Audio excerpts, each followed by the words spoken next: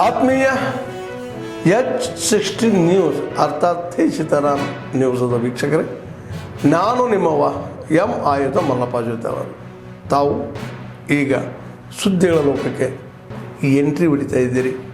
ಈ ಸುದ್ದಿಗಳನ್ನು ಪ್ರತಿಯೊಂದು ನೋಡೋ ಜೊತೆಗೆ ನಿಮ್ಮ ಅಭಿಪ್ರಾಯಗಳನ್ನು ಹಚ್ತಾ ಇರಿ. ಯಾಕಂದರೆ ಈ ಸುದ್ದಿಗಳು ನಿಮಗಾಗಿ, ನಿಮ್ಮ ಬದುಕಿಗಾಗಿ, ನಿಮ್ಮ ವೈಚಾರಿಕೆಗಾಗಿ, ನಿಮ್ಮ ತಿಳುವಳಿಕೆಗಾಗಿಯೂ ನಿಮಗೂ ಗೊತ್ತು.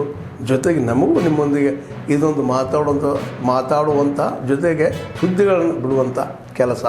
ಈ ಕೆಲಸದಲ್ಲಿ ನಾವು ನಿಮ್ಮೊಂದಿಗಿದ್ದೀವಿ ಅಂತ ಹೇಳ್ತಾ ನೋಡ್ತಾ ಇರಿ ಸುದ್ದಿಗಳನ್ನು.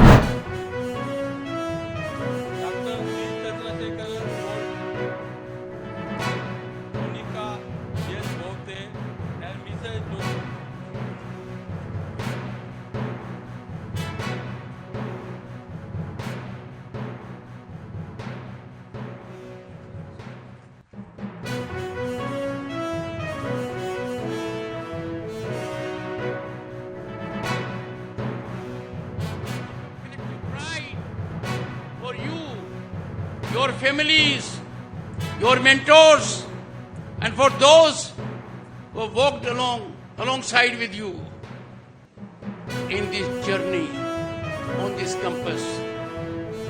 My request to you, my appeal to you, please remain in connect with your alma mater. Always take pride for your alma mater and never lose connect with your colleagues lifelong. Friends, as we reflect on the future of our country, it is imperative and instructive to recall the powerful triad: demography, democracy, and diversity. These 3 Ds define the soul of New Bharat. These 3 pillars encapsulate the essence of India's identity and aspirations.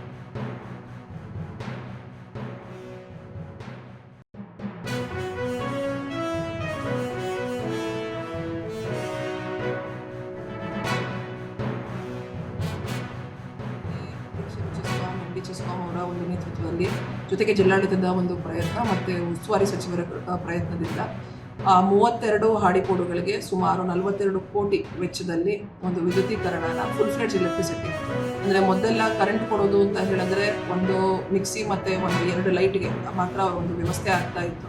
ಈಗ ಪೂರ್ತಿ underground ಕೇಬಲ್ನ ತೆಗೆದುಕೊಂಡು ಹೋಗಿ ಕಾಡು ಮಧ್ಯದಲ್ಲಿದ್ದರೂ ಕೂಡ ಅದು land requirement ಕಡಿಮೆ ಇರುತ್ತೆ. So UG cable ಮೂಲಕ ಎಲ್ಲ ಹಾಡಿಕೋಡುಗಳಿಗೆ 100% ಎಲೆಕ್ಟ್ರಿಫಿಕೇಶನ್ ಆಗಬೇಕು ಅಂತ ಫುಲ್ ಫ್ಲೆಡ್ಜ್ ಎಲೆಕ್ಟ್ರಿಸಿಟಿ ಕೊಡೋದಕ್ಕೆ ಇದೊಂದು ವಿಶೇಷವಾಗಿ ನಮ್ಮ ಚಾಮರಾಜನಗರ ಜಿಲ್ಲೆಯಲ್ಲಿ ಪ್ರಯತ್ನ ನಡೆದಿತ್ತು. ಈಗಾಗಲೇ ಇದು ಉದ್ಘಾಟನೆಯಾಗಿ ಚಾಲನೆ ಕೂಡ ಆಗಿದೆ. ಮಾತಾಡೋದಾದರೆ ಕೊಳ್ಳೇಗಾಲ ಲಿಮಿಟ್ಸಲ್ಲಿ ನಮಗೆ ಸುಮಾರು 15 ಹಾಡಿಗಳು ವಿದ್ಯುತೀಕರಣ ಆಗದೇ ಇರೋವಂಥ ಹಾಡಿಗಳಿದೆ.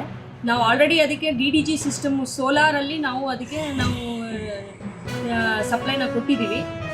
ಈಗ ನಾವು ಸಾಂಪ್ರದಾಯಿಕ ವಿದ್ಯುತೀಕರಣ ಮಾಡೋದಕ್ಕೆ ನಾವು ಆ ಪ್ರಾಜೆಕ್ಟ್ನ ಕೈಗೆ ಎತ್ಕೊಂಡು UG ಕೇಬಲ್ ಭೂಗತ ಮಾರ್ಗದಲ್ಲಿ ನಾವು ಈ 15 ಹಾಡಿಗಳಿಗೆ ಸಾಂಪ್ರದಾಯಿಕ ವಿದ್ಯುತ್ ಸಂಪರ್ಕ ಕಲ್ಪಿಸಲು ಈ ಒಂದು ಪ್ರಾಜೆಕ್ಟ್ನ ಕೈಗೆ ಎತ್ಕೊಂಡಿದ್ದೀವಿ. ಆಲ್ರೆಡಿ ನಾವು ಪುರಾಣಿ ಪೋಡು ಅಂತ ಯಳಂದೂರು ಲಿಮಿಟ್ಸಲ್ಲಿರುವಂಥ ಒಂದು ಹಾಡಿನಲ್ಲಿ ಗುದ್ಲಿ ಪೂಜೆನ ನಾವು ನೆರವೇರಿಸಿದ್ದೀವಿ.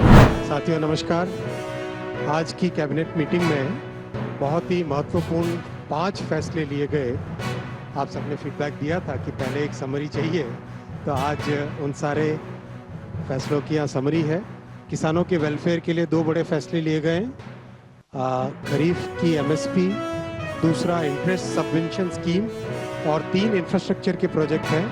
एक 4 लेन हाईवे है और दूसरा और बाकी 2 रेलवे की लाइन्स। मैं सब पे डिटेल्स में आऊँगा एक एक करके। सबसे पहले साथियों, खरीफ के लिए किसानों के लिए बहुत बड़ा एक फैसला लिया गया है।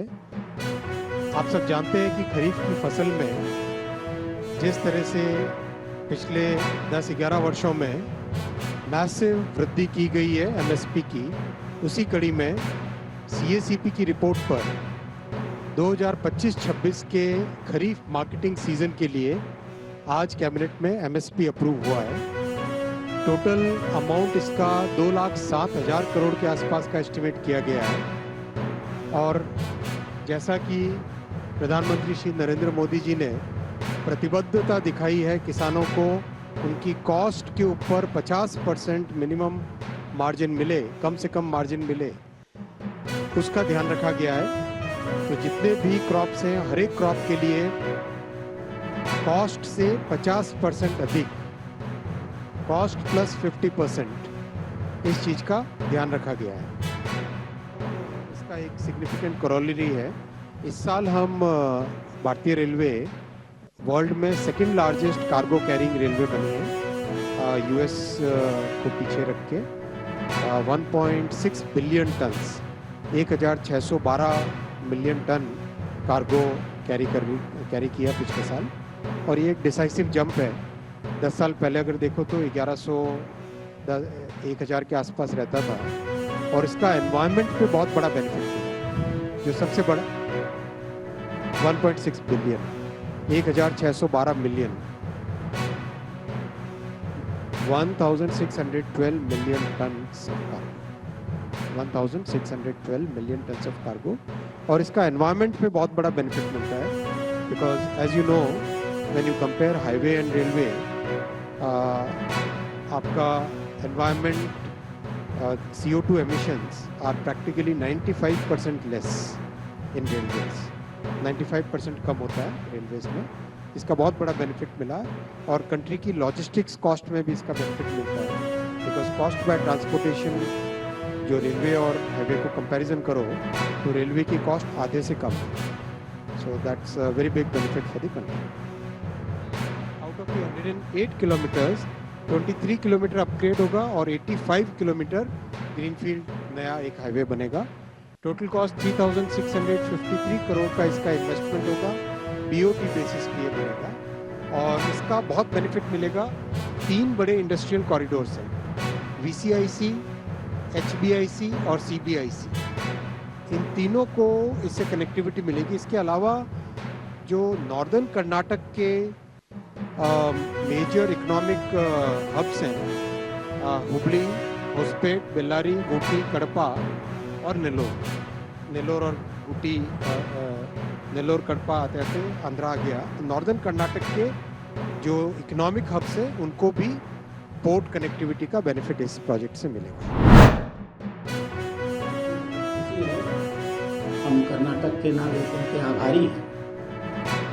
जैसी रिपोर्ट सब कर्नाटक के विभिन्न सर्वेज में आ रही है, आज अगर चुनाव हो जाए तो भारतीय जनता पार्टी 150, 150, 55 इसके आसपास सीटें जीत करके सरकार बनाने में सक्षम होगी। ये आज की स्थिति है।